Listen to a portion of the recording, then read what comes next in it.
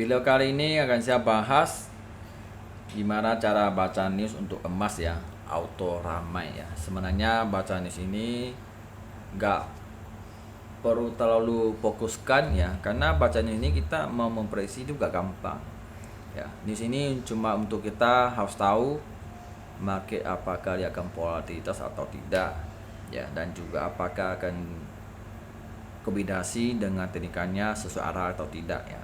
Kalau memang nggak sesuai ya lebih baik kita jangan masuk market ya, karena setiap emas ini, kalian harus tahu emas ini banyak sekali faktornya, jadi nggak begitu gampang, apalagi kalau ada dicampurkan yang namanya sentimen ya, itu lebih susah memprediksi lagi ya, karena kita harus sadar bahwa kita ini nggak bisa gerakan harga ya, nggak ada apa-apanya ya, jadi kita hanya mengikuti mereka, dan yang bisa kita ikuti adalah ya sabar dan menunggu momentum yang tepat atau konfirmasi ya, supaya pondasinya tetap utuh dan mentalnya tetap terjaga ya.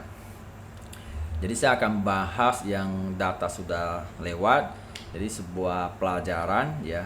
Jadi apakah ini bisa diambil patokan atau tidak ya. Menurut saya sih gak bisa ambil patokan, karena setiap news ini ya ada positif, ada negatif, dan juga banyak faktor lain.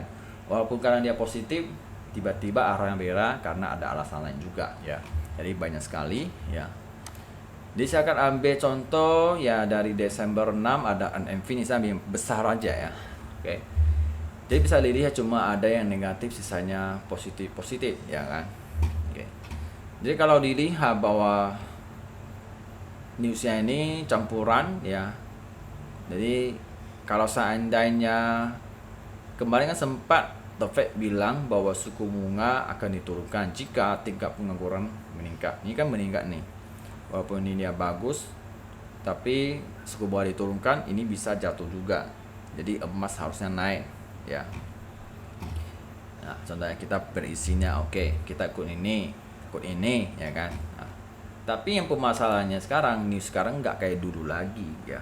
News sekarang itu bisa dilihat setelah newsnya dulu, setelah aku tahun 21, 22 ini, 23 ini, setelah news ya dia akan panjang merah maupun hijau ya. Tapi sebenarnya sekarang dia kebanyakan gantung ya, gantung ya.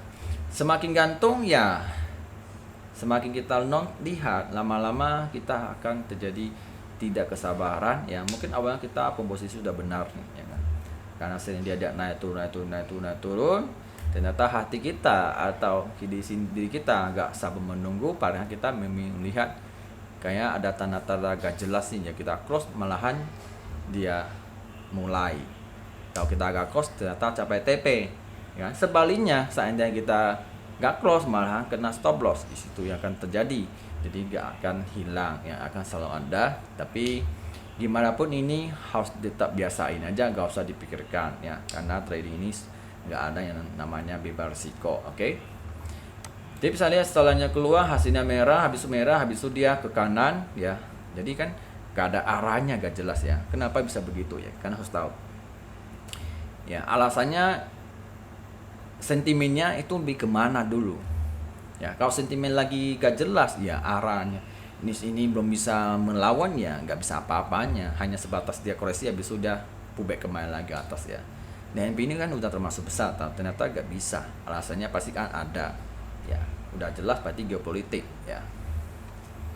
Nah, dan juga saya akan ambil satu kali lagi contohnya di November tanggal 1, RMV nya ini negatif ya kan, ini netral ya, hasilnya pasti kan dolar turun, emas naik ya. Kita coba lihat. Oke. Malahan emas turun ya kan, turun, makin turun. Nah, betul kan? Jadi kita bisa ambil patokan, karena banyak sekali alasannya ya. Kenapa emas bisa turun? Ya bisa aja nih dengan berita ya, karena dana resesi membuat global market ketakutan, dia pada jual barang di situ ya. Ataupun banyak sekali kita gak akan tahu ya, yang penting gak usah pusingkan ya. Ya, pada akhirnya dia lebih ke bawah ya kan, seharusnya naik kan, positifnya negatif kan. Nah, oke. Jadi saya akan kasih caranya ya, cara melihatnya supaya kalian bisa lebih hati-hati dan lebih bagus lah ya. Kalian harus pakai news ini kombinasi dengan teknikal ya, supaya kalian bisa dapat hasilnya ya. Mungkin selama ini kalian trading ya gak dapat hasilnya, mungkin kombinasinya salah atau gak ada kombinasi, mungkin hanya fokus news saja ya, atau dia positif buy, negatif sell, dolar gitu ya. Sebenarnya bukan begitu cara bacanya ya. Kalau persis saya baca begini ya, pertama-tama saya akan lihat emas ini trennya kemana dulu ya. Ya kalian harus tahu loh, tren ini kan teman, kita harus mengikuti tren ya. Kalau seandainya kita melihat trennya lagi uptrend dan juga masih baru dan juga nggak terlalu tinggi, masih kayak ada 50%, itu ada potensi kita cari buy ya seandainya emas lagi uptrend ini. Terus seandainya newsnya tiba-tiba bagusnya untuk dolar, tiba-tiba dia turun, itu ada potensi kita cari buy ya. Alasan kenapa kita cari buy? Karena ikut tren, bukan ikut news. Karena news ini tidak bisa ambil patokan. Hanya bisa kita ambil patokan itu adalah tren ya. Selama trennya dia gak terlalu tinggi, belum ada tanda-tanda koreksi, ya lebih baik kita cari buy ya. Itu alasannya ya. Jadi kita ambil contohnya dari ini ya. Ini kita bisa lihat ya kan. Nah, dari H1 ini ya, kita bisa lihat bahwa dari tanggal Oktober 31 ini kan sempat terjadi turun tajam nih ya kan. Ya, turun tajam dan juga udah yang namanya closing golden ya. Emas sudah closing nih. Ya kan, udah ke bawah nih. Dia tanda-tanda kan sudah mau downtrend ya kan. Udah mau downtrend nih. Udah tanda mau downtrend kan bisa lihat kan. Udah closing. Nah, udah closing turun, habis itu dia pelan-pelan naik ya. Nah, jadi kan ini masih ditahan 500 nih karena lagi menunggu newsnya. Nah, ternyata newsnya membuat dia makin turun begitu, akhirnya downtrend. Nah, news ini ikut trend. News ini newsnya mau dia hasilnya positif atau negatif, dia lebih ikut trend ya. Itu menurut saya. Jadi semua tergantung Anda gimana melihat ya. Intinya news itu cukup melihat habis itu ikut tren, kalian cukup kombinasi aja begitu ya. Itu yang saya sarankan ya. Jadi semua ya kalian ambil keputusan. Kalau memang negatif ya nggak apa-apa, semua ya, setiap orang beda-beda ya. Jadi ya pandai-pandai lah ya, intinya gimana kalian melihat, gimana cara adaptasi ya. Mungkin bahasanya setiap orang berbeda-beda ya. Oke, kayak contoh nih sekarang emas nih ya, kita ambil langsung lah ya persahabat nih. Oke, nanti kita lihat bahwa apa tahun depan tanggal 10 ada news nih NP nih ya kan.